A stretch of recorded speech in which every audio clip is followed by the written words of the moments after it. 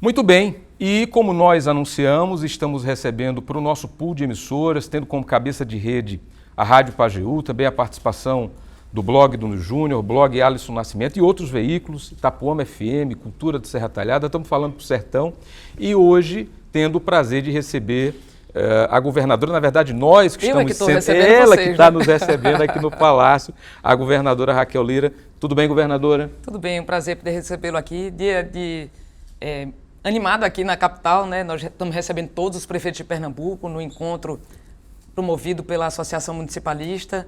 A gente teve a oportunidade de colocar anúncios novos, finalmente vamos lançar o edital publicado no Diário Oficial de amanhã, da 232, para quem sempre sonhou no avanço da duplicação da BR-232. Amanhã no Diário Oficial a gente publica o primeiro trecho, e não é projeto não, tá? Já é o primeiro edital de obra, 30 quilômetros, para a gente chegar com a duplicação até Belo Jardim, saindo de São Caetano. E seguir aí mais adiante para que a gente possa chegar mais na frente lá em Serra Talhada, que é o trecho completo que a gente está fazendo o projeto. Mas problema grande, a gente parte ele para poder ir fazendo, né? E a gente decidiu fazer primeiro a continuidade do trecho, chegando até Belo Jardim, que não tem muita obra de desapropriação, não tem muita ponte, aliás, não tem ponte nenhuma. A gente vai direto fazer a obra, acho que é uma obra que a gente vai conseguir entregar em tempo rápido. E do ponto de vista da sequência do projeto, a senhora falou que a obra já vai para a execução, não é mais o projeto executivo. Em relação aos outros trechos, vai ter que haver a realização do projeto executivo. A gente está fazendo o projeto já. Já em paralelo já está fazendo. Quando a gente contratou o projeto, a gente contratou em 2 lotes. O primeiro era de São Caetano até a cidade de Arco Verde, e o segundo de Arco Verde até Serra Talhada. Mas não quis, como muitas vezes tem projeto que ultrapassa um mandato. E a gente não tinha projeto nenhum da 232. Lembra que lá no passado falaram de uma concessão, e eu sempre defendi, junto ao governo federal inclusive, que é quem é o dono da rodovia, a BR-232, que a gente não fizesse privatização, porque nós não temos via alternativa para a população nossa. Então, vamos bancar com recurso público essa obra, mas primeiro precisa ter projeto. Então, licitamos o projeto e o projeto está em andamento, mas essas obras, se a gente esperar terminar o projeto completo para começar a obra, a gente espera mais 10 anos, não tem nada. E já faz 20 anos que a duplicação aliás, já faz 30 anos que foi feita a duplicação da 232 e não foi feito mais um metro para frente. Então, no nosso governo, decidimos fazer o projeto até Serra, mas partir para que a gente possa partir o projeto para que a gente pudesse começar a obra. Então, partimos até Belo Jardim e amanhã está publicado no Diário Oficial do Estado este primeiro trecho. Eu sou de Caruaru e para quem é do interior como nós somos, Nil, ou quem está nos ouvindo em casa, sabe o quanto que as cidades se modificam a partir do momento em que uma via é duplicada. A gente vivenciou isso em Caruaru, nas cidades por onde passou a 232 duplicada, por onde passaram. Então vamos ver isso agora com a BR-104, que finalmente nós conseguimos concluir a obra. Era uma obra que estava há mais de 10 anos parada e a gente conseguiu destravar e entregar.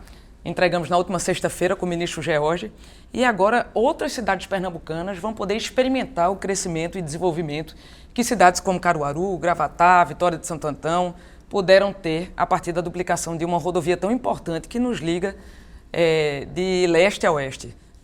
Eu não tenho dúvida nenhuma de que teremos agora um novo divisor de águas no desenvolvimento econômico de Pernambuco a partir da 232. A senhora esteve recentemente no Pajeú e quando a senhora esteve lá ouviu de lideranças políticas, de aliados, prefeitos, sobre a demanda da PE-320, que é um corredor que percorre praticamente toda a região entre Serra Talhada e São José do Egito, liga o baixo ao médio e alto Pajeú. É uma coluna vertebral daquela região e, de fato, já faz algum tempo que ela sofreu alguma melhoria do ponto de vista estrutural. O que a senhora tem dito às lideranças políticas e à região, à população daquela região, que lhe pergunta sobre a 320? Primeiro dizer o quanto nós estamos já fazendo de investimento em estradas.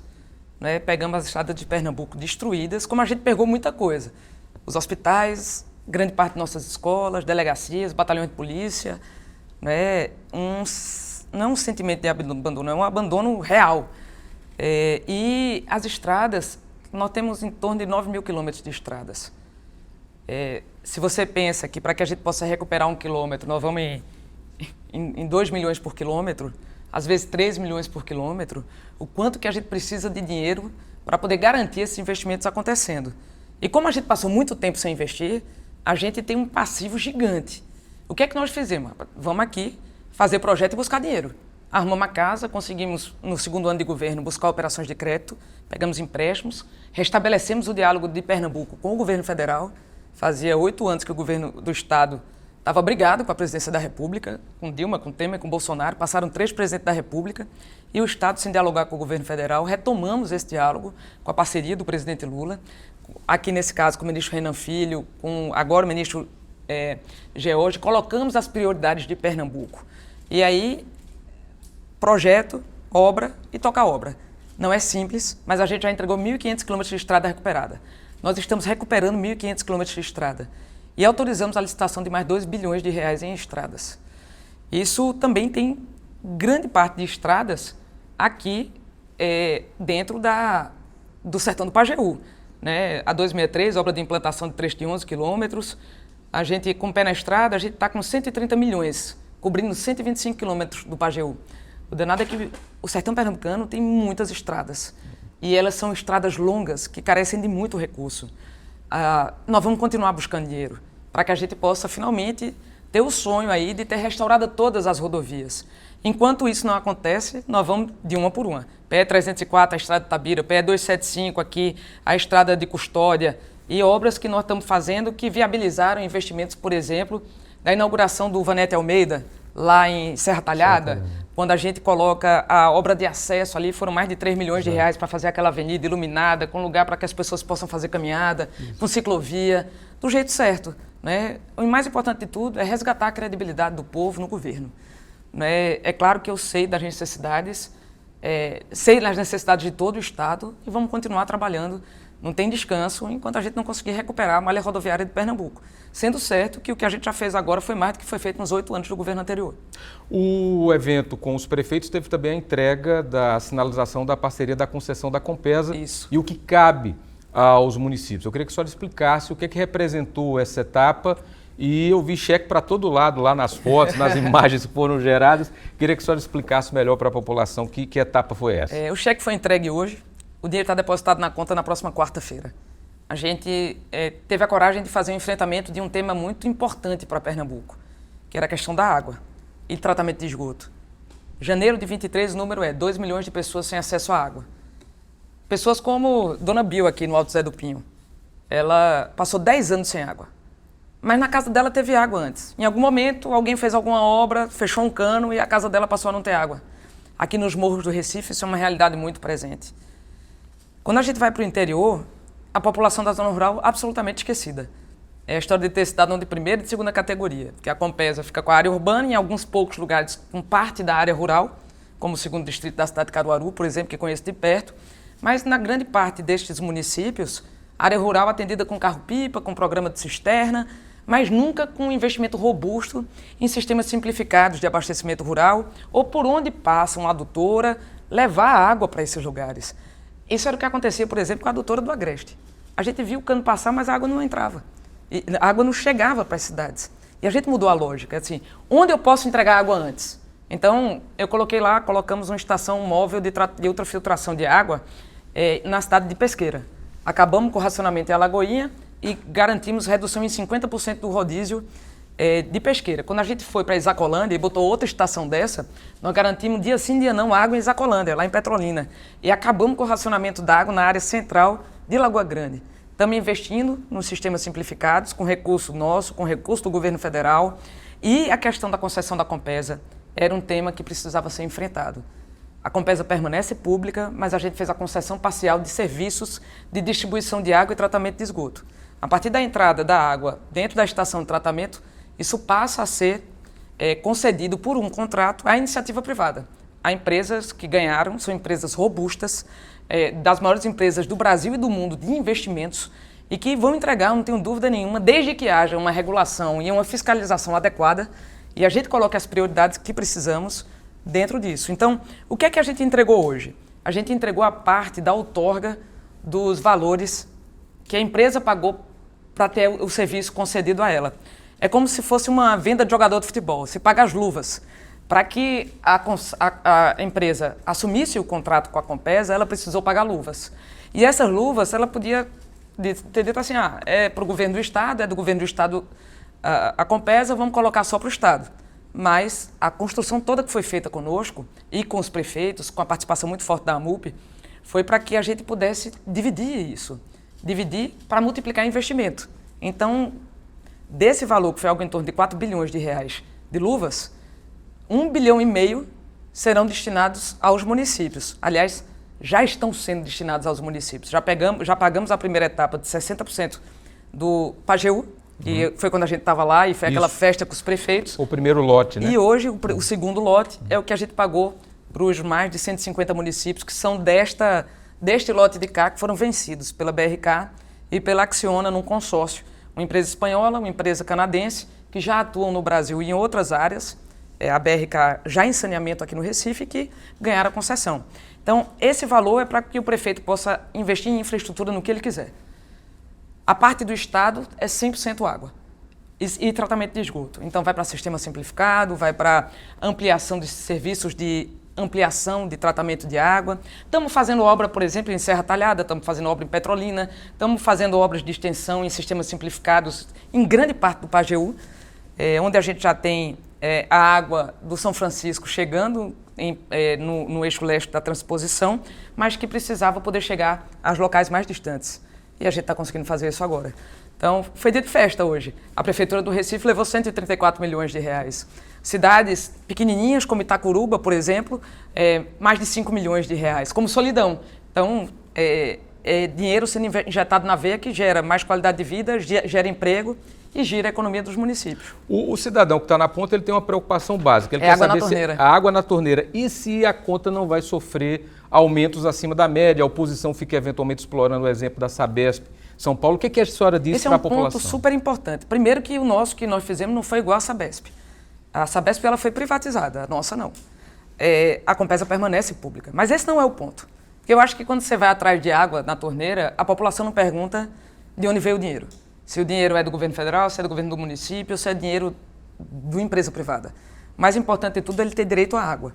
E nós, de maneira muito responsável, trabalhamos aqui os estudos da tarifa e fomos o primeiro estado no Brasil, e eu falo muito pouco sobre isso, a implantar uma tarifa social em ampla escala, abrangendo 500 mil famílias. 500 mil casas hoje já são contempladas com tarifa social que não precisa credenciamento, ela foi feita de maneira automática. A gente aportou dinheiro a mais do Estado para permitir esse equilíbrio tarifário. Então, quem está na tarifa social paga R$ 27,00 se tem água, e se tem água e tratamento de esgoto, paga R$ 54,00. Essa turma está protegida, que é a população mais vulnerável de Pernambuco. 500 mil famílias, imagine, são 2,5 milhões de pessoas. Em média, se você considerar uma família com 4 a 5 moradores em cada casa. Quando a gente discutiu a forma de reajuste tarifário, ele é composto por uma cesta de indicadores, é um conjunto de indicadores, e nós temos previsibilidade, sabemos quanto será o aumento. Haverá reposição inflacionária e haverá aumento de acordo com valores de insumos. Então, em novembro, haverá reajuste, mas a gente já sabe de quanto é. Não tem surpresa. Agora, é importante dizer que tem muita gente que trabalha, me perdoe não, mas assim, me permita falar, colocando medo na população. Quando o maior medo de todos é não ter acesso à água. E nós trabalhamos junto com o Tribunal de Contas, com a Agência Reguladora de Pernambuco, com o governo federal, o BNDES, dentro da Casa Civil com o presidente Lula, para que a gente pudesse garantir segurança tarifária para a população. Não haverá sobressalto. Não haverá. Sabemos como vão ser os reajustes e como ele é composto. Então, o que aconteceu? A gente aprendeu com outros lugares que fizeram antes de nós, para compreender como é que a gente erra menos. Haverá ajuste ao longo da caminhada, não tenho dúvida nenhuma. Mas esse contrato é melhor do que os outros que vieram antes da gente, porque a gente aprendeu com os erros, o BNDES também aprendeu, e a gente foi trabalhando para que a gente tenha aí o melhor contrato possível. O melhor de tudo, 20 bilhões de reais para a gente investir em água em Pernambuco, em tratamento de esgoto. Acaba com o discurso de querer que um dia a gente sonhe com água e passa a ser o como fazer a execução. Como garantir a ampliação do tratamento de água, as grandes adutoras sendo feitas e uma distribuição de água de maneira adequada, porque a tubulação que está nas nossas cidades, em Afogada em Gazeira, são tubulações de amianto que datam da década de 60 do século passado. Aí vamos ter que trocar tudo e a gente vai fazer. né? E ter previsibilidade para a população de como será feito. Em 5 anos, 95% dos lados pernambucanos vão estar com água na torneira.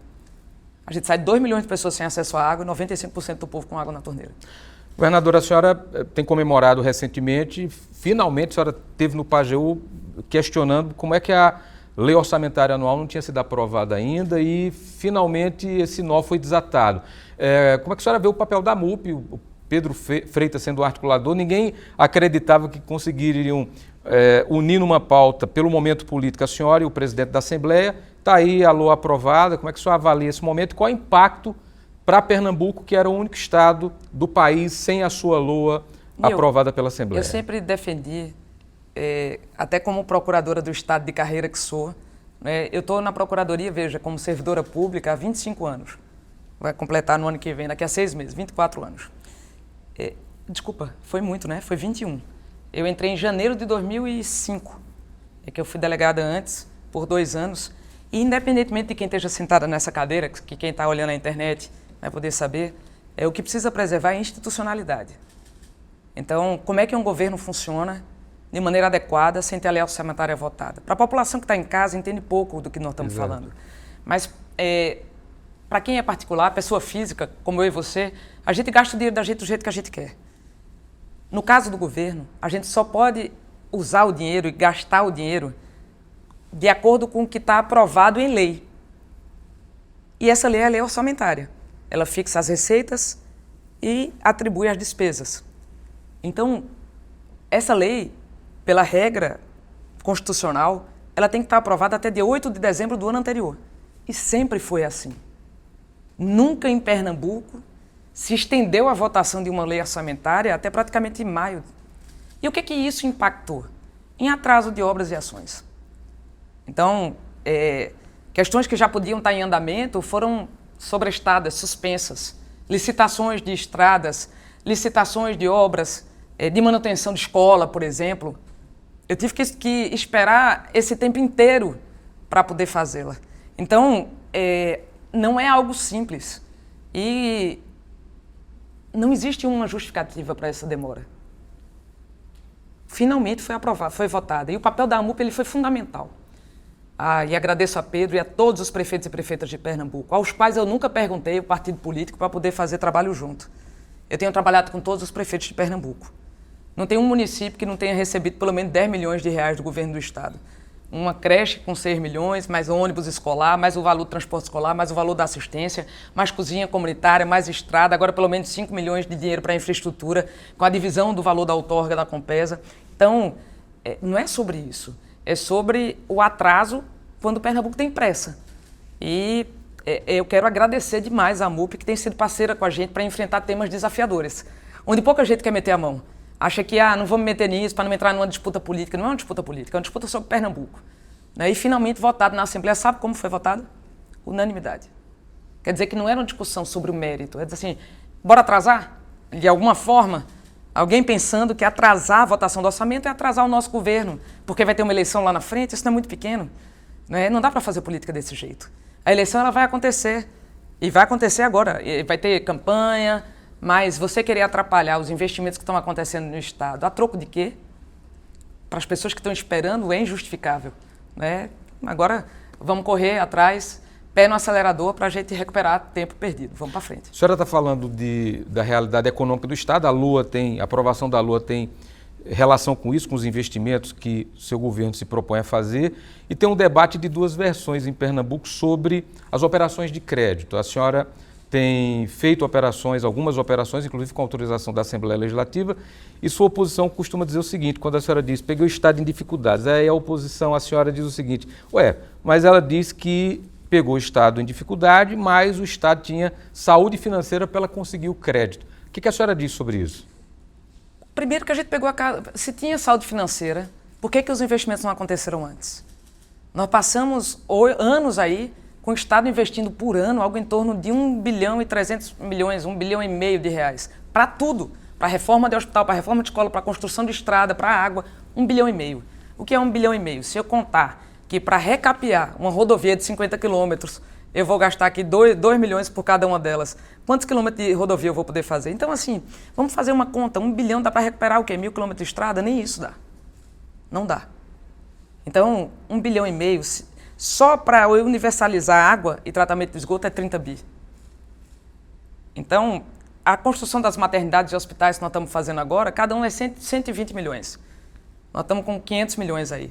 Os complexos de polícia científica, as delegacias, a conta é fácil, né? O que é mais importante agora? É que contar essa história às vezes incomoda. E a gente pegou um Estado quebrado. Não tinha saúde financeira. A CAPAG do Estado, que é a avaliação de crédito que as instituições financeiras davam, era C. E eu não consigo pegar empréstimo com CAPAG C. Para você que está em casa, que vai pegar um financiamento, você tem que ter a sua conta organizadinha. E eu não pude pegar empréstimo em 2023.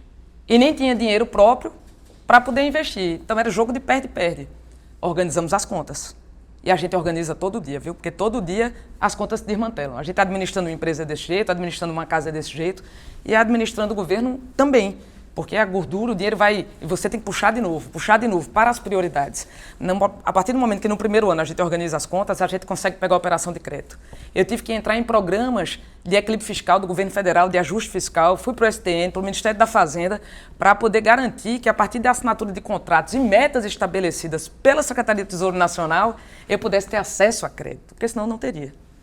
Aí a gente foi começar a buscar dinheiro. Buscar dinheiro e alavancar dinheiro. Como é que eu alavanco o dinheiro? Eu peguei, o primeiro empréstimo que a gente pegou foi de R$1 bilhão na Caixa Econômica. Desse dinheiro eu peguei 250 milhões e fiz o programa Entrada Garantida do Morar Bem. O que é isso? É destravar aqui construção civil para moradia, para quem ganha até 2 salários mínimos, que não tinha dinheiro para pagar a entrada do valor do financiamento junto à Caixa Econômica Federal. Normalmente isso aí vai até R$20 mil. Botei 250 milhões para a Caixa Econômica e disse, olha, abra aqui uma vitrine virtual e todo o estoque de imóvel, e aqueles que vêm para frente, que você quer comprar um apartamento, uma casa, do valor de até hoje, R$240 mil, e ganha até 2 salários mínimos, o Estado paga o valor da entrada.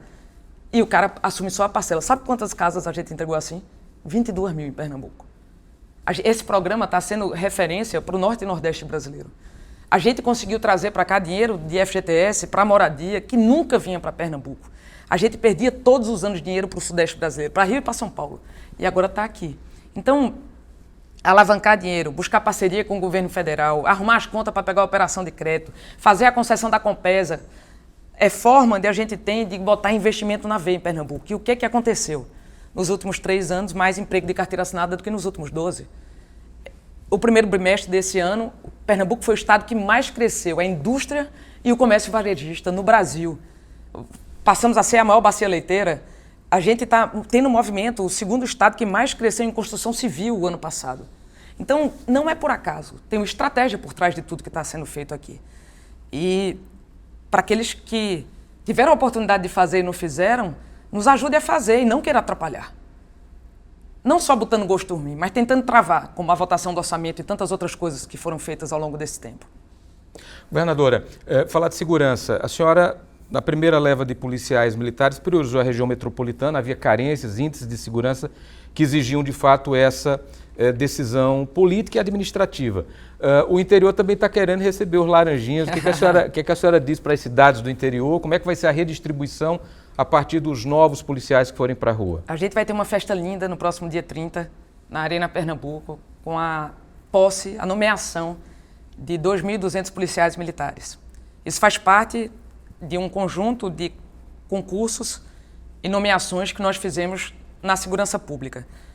Quando a gente lança os Juntos pela Segurança, vocês lembram muito bem como estava o Estado em segurança pública. A falta de investimento.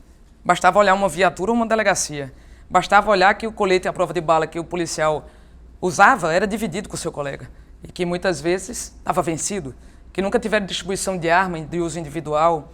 A gente foi garantir, nesse momento, o maior investimento da história em segurança pública em Pernambuco.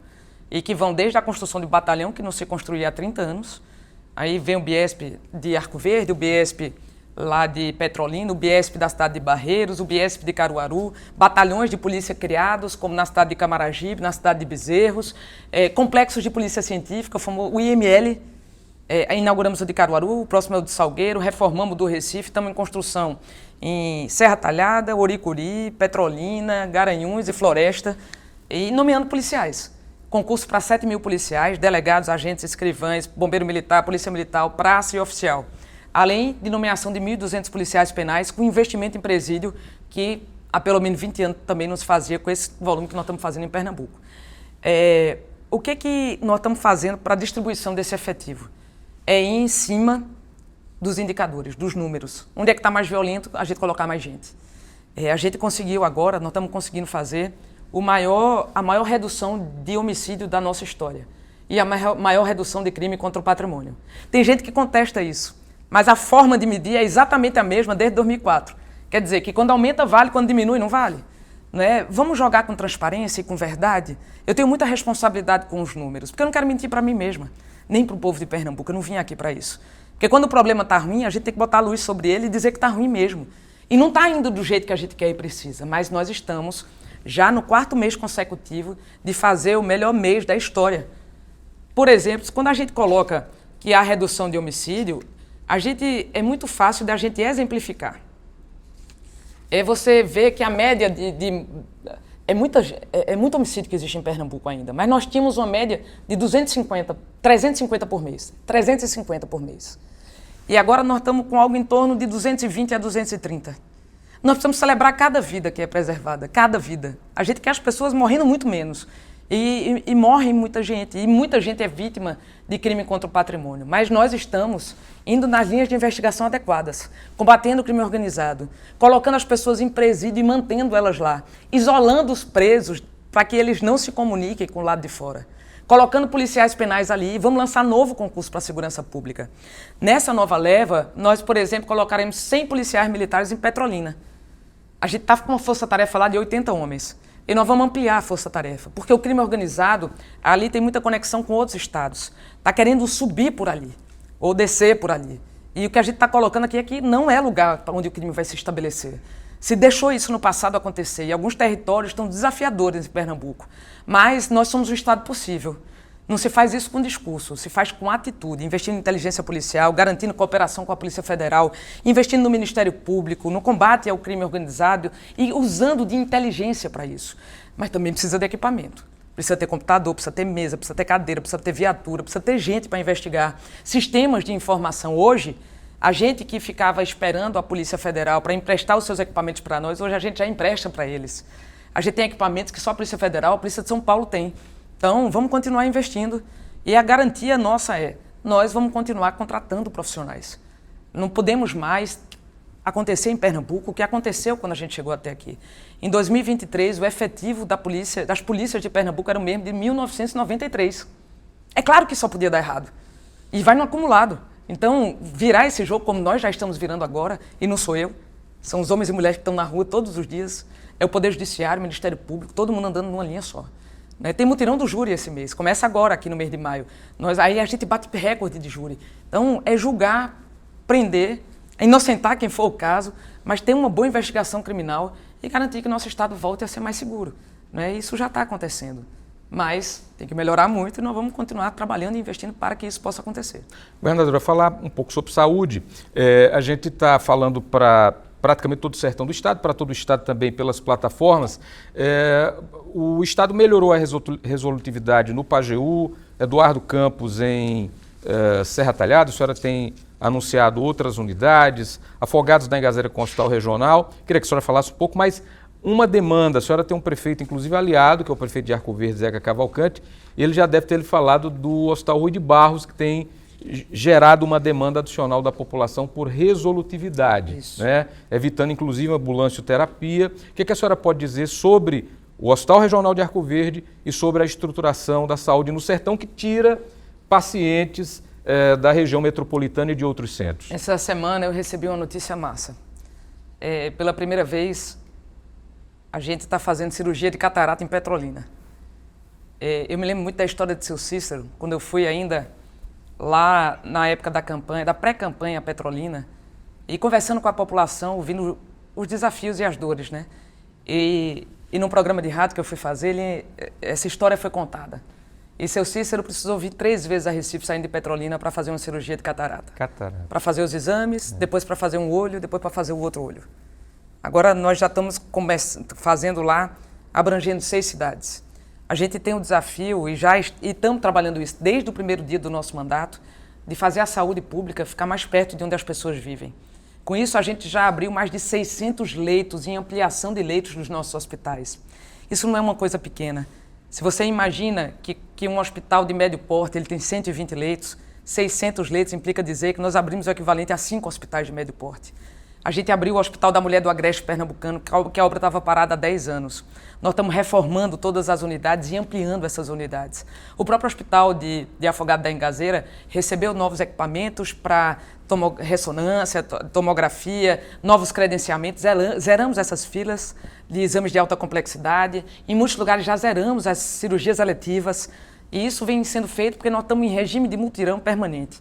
E sabendo que a gente, muitas vezes, o problema é da prefeitura conseguir levar o paciente, nós estamos buscando o paciente para que ele possa ser operado e voltar para a sua casa. As carretas de saúde da mulher, fazendo os exames, garantindo detectar de maneira precoce câncer de colo de útero, câncer de mama, novos credenciamentos acontecendo em cada um dos lugares de Pernambuco, abertura de serviço como hemodinâmica no hospital Eduardo Campos, em Serra Talhada, faz com que a gente não precise deslocar as pessoas que têm infarto, que precisam ou que tiveram um AVC e colocar elas ali, cuidadas, pertinho. Quantas vidas nós já salvamos lá? Quantas pessoas que iam se deslocar 4, 6 horas e perdiam suas vidas ou ficavam sequeladas porque não tinham um atendimento próximo. Então, eu sei da necessidade dos hospitais e nós já estamos fazendo o maior investimento da história em saúde pública. Só de investimento estrito senso, como a gente chama no direito, nós investimos mais de 500 milhões. Mas quando a gente compra equipamento, renova o parque tecnológico, compra camas, compra todos os equipamentos para bloco cirúrgico, a gente garante um novo bem-estar à população que vive no interior de Pernambuco. Nós vamos continuar investindo, estamos reformando todos esses hospitais, estamos colocando ar-condicionado neles. Quando eu fui visitar lá, já tinha enfermaria com ar-condicionado e eu quero em todas elas. E a gente vai continuar dessa forma. Falando para o Hospital de Arco Verde. O Hospital de Arco Verde, ele é um hospital antigo, como a maioria dos hospitais de Pernambuco, onde foram fazendo um puxadinho aqui e outro acolá. A gente está investindo nele agora. Eu acho que são algo em torno de 4 a 5 milhões de reais de investimento em equipamentos, mas ainda não está sendo suficiente para o que a gente precisa. Nós vamos continuar fazendo o trabalho de continuar investindo. Lançamos em Caruaru, que é próximo, agora, um novo hospital regional do Agreste, com um prédio atrás do prédio atual, com 148 leitos. É um novo hospital ali, que vai poder atender também a população de Arco Verde. E eu falei com o prefeito Zeca, como eu tenho conversado com os prefeitos de Pernambuco. Os municípios, embora seja o elo mais frágil dessa história, eles também precisam cumprir um papel importante para que a gente tenha preservada os hospitais para ações de média e de alta complexidade. Eu olho aqui para o Recife, para a região metropolitana do Recife, por exemplo, 80% de tudo que chega aos nossos hospitais são classificação verde. Classificação verde implica dizer que eles podiam estar sendo tratados em unidade de baixa complexidade, que são aquelas unidades 24 horas, UPAs, pronto-socorro, unidade mista, como os municípios chamam, que precisam existir, precisa ter plantão. Né? Nós precisamos fazer a nossa parte do Estado, e eu disse que não avançaria em qualquer discussão com os municípios enquanto eles já não soubessem, e a população de maneira geral, que é para valer os investimentos que nós estamos fazendo, e agora eles já sabem que é para valer, para que a gente possa avançar para poder garantir também os municípios cumprindo seu papel. Cofinanciando as ações, pagando no tempo certo, como a gente faz hoje, medicamento, atenção básica, serviço de SAMU. Avançamos agora para o cofinanciamento para maternidades. Os meninos precisam nascer perto de sua casa, perto da sua cidade. Às vezes, cidades muito grandes não têm. Petrolina agora vai construir sua maternidade. Eu vou colocar dinheiro agora para construir o hospital de Petrolina, municipal, porque precisa existir. Então, é claro que eu não sou, e vocês sabem disso, porque eu fui prefeita e sou governadora. Eu não terceirizo responsabilidade nem problema, mas eu quero dar as mãos para que eu possa cumprir o meu papel e os municípios também possam fazer o seu papel, buscando recursos e apoio do governo federal e trabalhando para que o Estado possa ajudar os municípios a poder também oferecer uma saúde de melhor resolutividade aos seus cidadãos e cidadãs. Sobre Arco Verde, vamos continuar investindo no hospital. Governadora, estamos chegando no nosso tempo. Eu tenho só mais uma pergunta. A senhora tem sido muito prudente para não falar de política, tem falado do institucionamento do governo, mas a pré-campanha já está aí para muitos com cara de campanha. Eu nunca vi tanta exploração em torno, ou especulação em torno da posição do presidente Lula, seja em relação ao futuro, seja em relação ao presente. Como é que a senhora tem reagido a essa especulação da política sobre em que palanque vai estar, ou que papel o presidente Lula vai ter no processo eleitoral em Pernambuco? Olha, tem muita gente que está fazendo só campanha, pré-campanha no caso. Esse não é o trabalho de quem governa. E por isso que eu falo muito menos sobre campanha, porque eu estou no governo. E eu sempre acredito que quando você disputa uma eleição, e no caso, uma reeleição, é o seu trabalho que vai poder ser demonstrado. Eu sou sempre favorável a quem governa ter que governar todos os dias. E eu tenho feito isso, buscado fazer isso. E o presidente Lula também. E a gente tem feito muitas parcerias. Repare que na última sexta-feira estava aqui o ministro dos Transportes. Entregamos a BR-104 requalificada. Tem gente que diz que é obra do presidente Lula, tem gente que diz que é obra nossa, um bocado de paternidade, mas quem entregou a obra fomos nós juntos. Nós, do governo do Estado e o governo federal. Tinha um problema, tinha que devolver 130 milhões ao Ministério dos Transportes. A gente devolveu o dinheiro para poder fazer a obra, sendo que a gente fez um acordo para que o dinheiro pudesse ser usado para a própria 104. Fizemos a obra, entregamos ela iluminada e está lá, servindo ao povo pernambucano. Quando a gente fala da doutora do Agreste, a gente mudou a estratégia da obra. Ela passava por muitos lugares e não entregava água em nenhuma delas. E a gente foi, vamos aqui, vamos entrar nas cidades e começar a entregar água. E quando a gente pactuou isso com o ministro Valdez, teve, obviamente, a decisão do presidente Lula de poder garantir que essa obra pudesse ser tocada. E se o dinheiro do governo federal eventualmente demora a fazer ressarcimento, eu pago na frente com o dinheiro da operação de crédito, para que a obra não pare. Obra parada é o maior prejuízo que a gente pode ter. E Pernambuco tinha 400 obras paradas quando a gente recebeu o governo. O presidente Lula, ele desde o primeiro momento disse que ajudaria Pernambuco. E tudo que eu pedi a ele é que não deixasse a contaminação de qualquer processo eleitoral de 4 anos depois pudesse atrapalhar o que a gente podia fazer junto com Pernambuco. E é sobre isso. Trabalhar junto para poder fazer a entrega. A gente com os municípios com o Estado e com o governo federal. Trazer a iniciativa privada quando ela tiver condições de colocar o seu investimento, porque a gente precisa do dinheiro de todo mundo para fazer o Estado crescer. Então, sobre eleição, vai ter eleição. Só quem pode falar a posição do presidente é ele mesmo. Mas ele não vai entrar nessa seara agora, como até agora não entrou. Por quê? Porque ele é presidente da República e tudo que a gente tem ouvido de fala dele, eu estou dizendo reprodução do que ele tem dito, é que ele precisa governar. E que ele não vai governar para os que votaram nele. Ele vai governar para todos, que é o que a gente está fazendo aqui em Pernambuco. Então, vamos tirar do governo federal tudo aquilo de melhor que ele pode trazer para a gente. Agora, para isso, nós temos que ter projetos, gente séria, comprometida, dar as contrapartidas necessárias, que muitas vezes o Estado se negou a dar no passado. Volto aqui ao Vanete Almeida. O Estado se negou, naquele momento, a fazer os investimentos da Compesa, não fez a obra de acesso. Isso atrapalhou a retomada da obra e a entrega da obra. E agora ela está lá, beneficiando quase 1.000 famílias. Então, eu acho que é menos política e mais povo, e mais cuidado com quem elegeu a gente, não para discutir eleição, mas saber quando a vida dele pode melhorar a partir do nosso trabalho. Eu nunca acreditei no quanto pior, melhor. Tem muita gente que trabalha por isso todo dia, que fala em eleição toda hora, mas a gente foi eleito para servir ao povo e eu estou aqui para fazer isso. Governadora Raquel Lira, eu quero agradecer a sua participação, Obrigada, Nil. esse diálogo importante para a gente ter essa interlocução com o Pernambuco, com o interior também, e com todo o Estado, através das plataformas digitais. Muito obrigado, foi uma honra conversar com a senhora e agradeço pela recepção. Parabéns pelo teu trabalho. É muito bom a imprensa podendo ter a oportunidade de conversar, para falar do que está acontecendo, para tirar as dúvidas, para ouvir as críticas e sugestões, que são sempre muito bem-vindas, para que a gente possa fazer mais e melhor em menos tempo. Obrigada, Nil. Obrigado.